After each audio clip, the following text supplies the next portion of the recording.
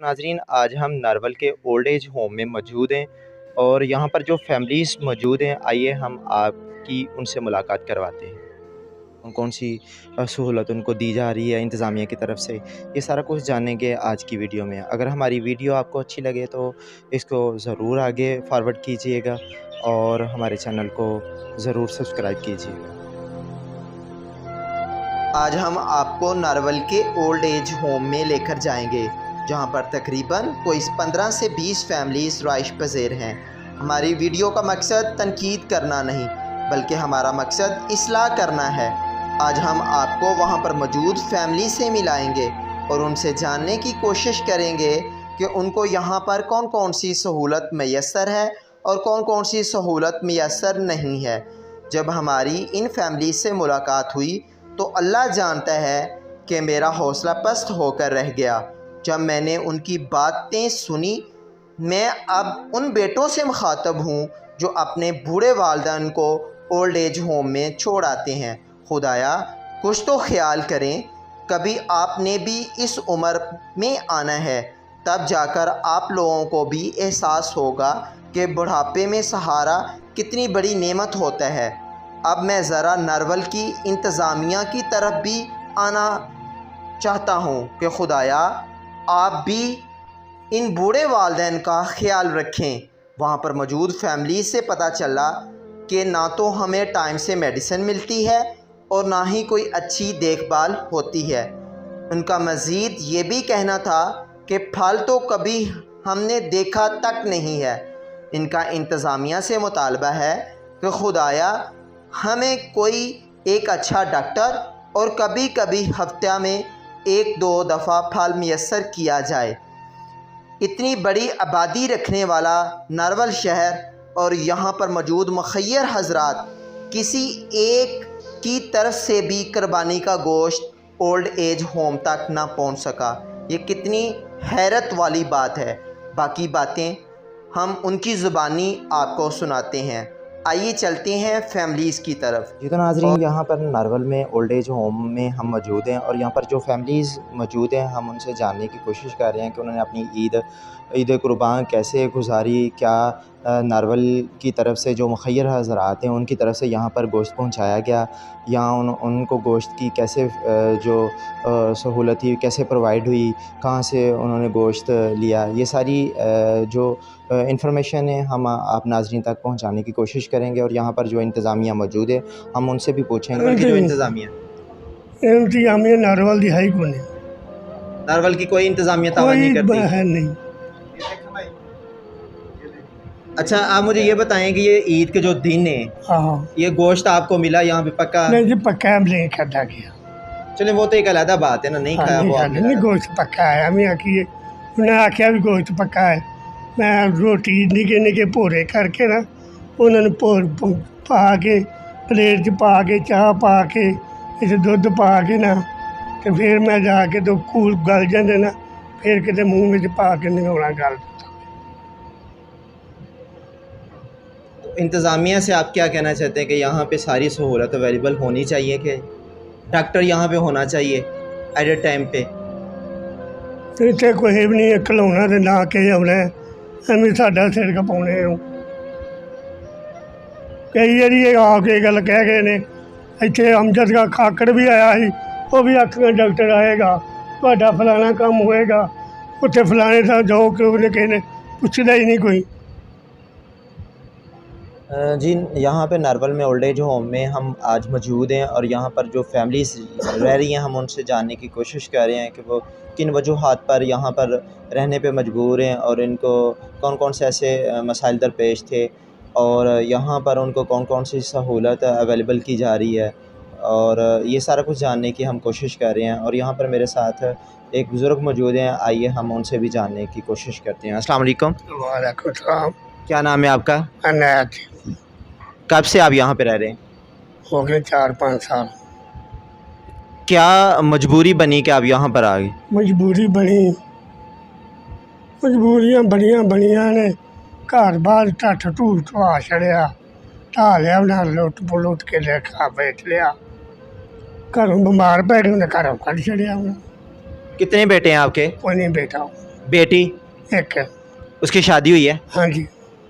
तो कभी मिलने आए हैं वो? बेटे नहीं है। उन्होंने कभी कहा हो कि आप हमारे साथ रहें? नहीं, आप फोन पे कर लूँगी। वैसे कभी नहीं वो मिलने आए? मैं ही तक यार नहीं हूँ। ठीक है। तो 4 साल से आप यहाँ पे रह रहे हैं? पिछले दिल का अटैक होया 2 वारी, उदों उन्होंने पता लगा, फोन ते गल हुई है, उदों आई है मिलना के 2 दिन उत्थे पिंड रही हफ्ता, तो फिर वो तुर गई ही अपने घर।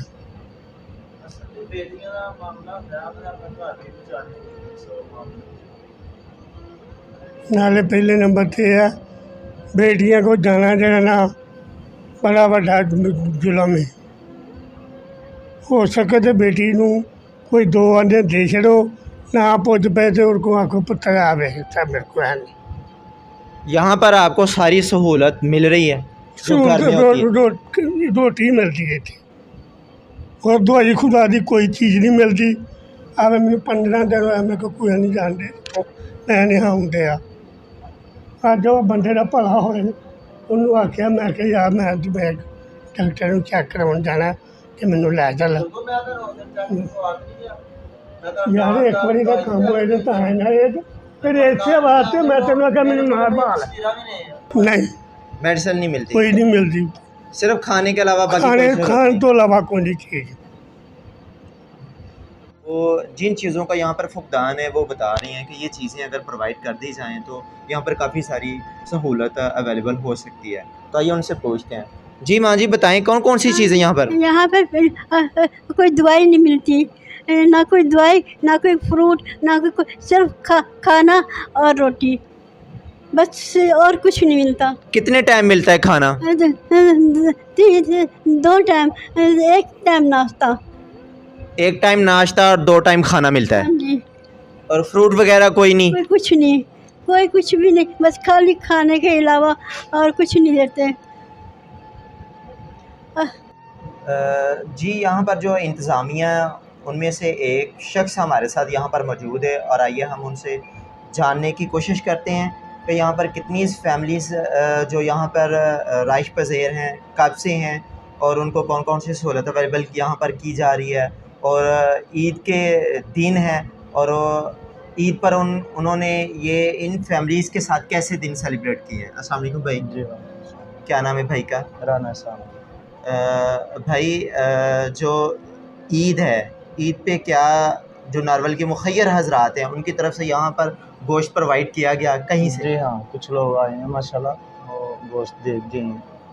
हमने खुद ही यहाँ पे इंतज़ामिया ने ईद के लिए छतरा लिया हुआ था, वो कुर्बानी की है और बुज़ुर्गों को माशाल्लाह बड़ा अच्छा खाना शाना दिया है बना के। ये हमारा कोक है मोहम्मद आरफ, इसी ने बनाया और बाकी अल्हम्दुलिल्लाह ठीक है। कितनी फैमिलीज़ यहाँ पे रह रही हैं? यहाँ पे तकरीबन 20 के ऊपर हैं, 20-22 के करीब हैं। तो ऐसा होता है कि अब दोपहर को ये अनैस साहब गए हुए थे घर, अब वापस आए हैं थोड़ी देर पहले। इसी तरह जिनका दिल करता है वो चले जाते हैं 10-20 मिनट, या जहाँ जो सिटी के हैं वो चले जाते हैं अपनी फैमिलीज़ को मिलने, मिल के फिर वापस आ जाते हैं। यानी कि हो सकता है कि वो सुबह नाश्ता करके चले जाएँ और दोपहर के खाने से पहले आ जाएँ, आके दोपहर का खाना फिर खा लें। या दोपहर का खाना खा के अब कुछ लोग गए हैं 2-3 लोग, तो वो शाम का खाना खाने से पहले वो आ जाएंगे, शाम का खाना इधर ही खाएंगे, इधर ही सोएंगे। तो असल में यहाँ रह के कुछ वो बोर भी हो जाते हैं ना, तो बाहर में चक्कर लगाती हैं, ज़रा थोड़ा टाइम गुजर जाता है उनका, इसलिए ज़रा बाहर निकलते हैं। ईद की छुट्टियाँ आप कैसे सेलिब्रेट की हैं? छुट्टियाँ इनके साथ ही हमने गुजारी हैं माशाल्लाह। फ्राइडे की पहली छुट्टी थी और फ्राइडे से ही मैं इधर हूँ, इधर ही मैंने रहीम गार्डन में ईद की नमाज़ पढ़ी है। और हमारे साथ एक हमारी वार्डन है और ये आरफ कुक है। हमने ईद के दिन ये तो कुक माशाल्लाह शाम को घर चला जाता है खाना बनाने के बाद, और वार्डन भी मतलब बच्चे हैं छोटे, वो चले जाते हैं और मैं 24 घंटे इधर ही हूँ। रात को आप 24 घंटे? आप? मैं दिन को भी इधर ही हूँ और रात को भी इधर ही हूँ। अब छुट्टियाँ इंशाल्लाह स्टाफ आएगा तो मैं फिर अपने मतलब फैमिली को मिलूँगा, बच्चों को जाके मिलूँगा। बच्चे ये भी एक बड़ी अच्छी बात है। आप देखें अपनी आखिरत भी संवार रहे हैं इनके साथ कि ये वो लोग हैं जिनके बच्चों ने इनको घर से बाहर निकाल जी दिया और जी आप उनको सहारा दे रहे हैं, ये तो बाजी, बड़ी अच्छी बात अल्लाह है। ताला ने ये तो अल्लाह ताला ने हमें अजर देना है, बाकी हमारी कुछ ड्यूटी भी है तो मुखलस तरीके से करनी चाहिए, अच्छे जी तरीके बिल्कुल। से मुखलस तरीके से निभानी चाहिए। क्योंकि यहाँ पे अगर हम लोग इनसे अच्छे तरीके से पेश नहीं आएँगे तो घर में से तो वैसे ही ये लोग आ गए हैं। तो हमारा फ़र्ज़ बनता है कि हम अपने बुज़ुर्गों की तरह, बच्चों की तरह, अपनी फ़ैमिलीज़ की तरह इनके साथ पेश आएँ और ये खुशमिज़ाज रहें। बाद ऐसा होता है कि हम उनको ज़रा हँसाने की या अच्छे तरीके से मतलब बोलने की और समय देंगे, हमारे साथ ये गपशप लगाएँ, बैठें, तो अपना दुख-सुख हमसे शेयर करें और हम भी करते हैं, बाद बैठते हैं तो हम भी करते हैं। मतलब टाइम गुज़र जाता है, इनका ज़हन तब्दील हम लोग इंशाअल्लाह। ये अभी एक बुज़ुर्ग से हमें पता चला है कि नारवल की इंतज़ामिया जो डॉक्टर का सबसे मेन मसला बना हुआ है। हमारा डीएचक्यू में ही है मामला और बुज़ुर्ग कुछ ये देखें, ये इन्हीं बुज़ुर्ग की पिक्चर है और इनको मैं लेके गया हूँ हॉस्पिटल मेडिसिन लेके दे के, ये देखें यहाँ पे मेडिसिन लेके इनको बाद में मैंने अपने सोशल वेलफेयर ऑफिसर को भी ये पिक्चर सेंड की है, अपनी वार्डन को भी की है, ठीक है जी, साथ लेके भी आए। उस दिन बारिश भी हो रही थी और बारिश के अंदर मैं लेके आया हूँ इनको चेकअप करवा के, ये आप देख सकते हैं, ये डीएचक्यू की बैक साइड है ना। ये उधर स्पेशल कोई आपका कोई ऑफिस बना हुआ स्पेशल भी हमारा है वहाँ पे, लेकिन डॉक्टर को हम खुद भी डायरेक्ट भी जाके मिल सकते हैं और मिलते भी हैं। हम 2 बजे के करीब गए थे, तब तक तो वैसे ही मतलब टाइमिंग ख़त्म हो जाती है, लेकिन अल्हम्दुलिल्लाह वहाँ पे डॉक्टर मौजूद होती हैं। जाके हम मिले हैं, डॉक्टर को बताया है, उन्होंने इनको चेक किया है, फिर इनको मेडिसिन दी है और इनको मैंने वहाँ पे बिठाए, पूछे इनको, मैंने इनको बैठा के खुद जाके लाइन में खड़े होके ये मेडिसिन ली है, ये आपको नज़र आ रही है, ये देखिए। है। अच्छा, ये एक मुझे ये बताएं कि नारवल की इंतज़ामिया ये ओल्ड एज होम जो है इस पे कितना तावन कर रही है?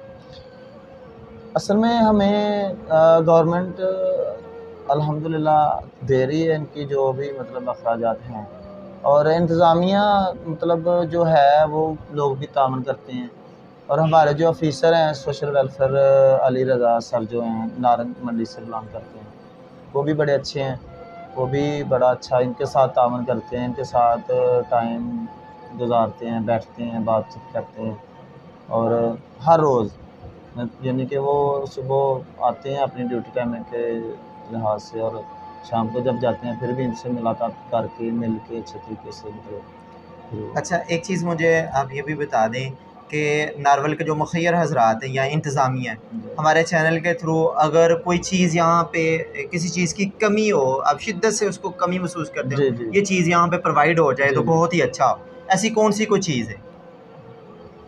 यहाँ पे हमें तो अल्हम्दुलिल्लाह फ़िलहाल हर चीज़ है, हमारा एक हमारे महकमे ने हमें नया सामान दोबारा दिया है।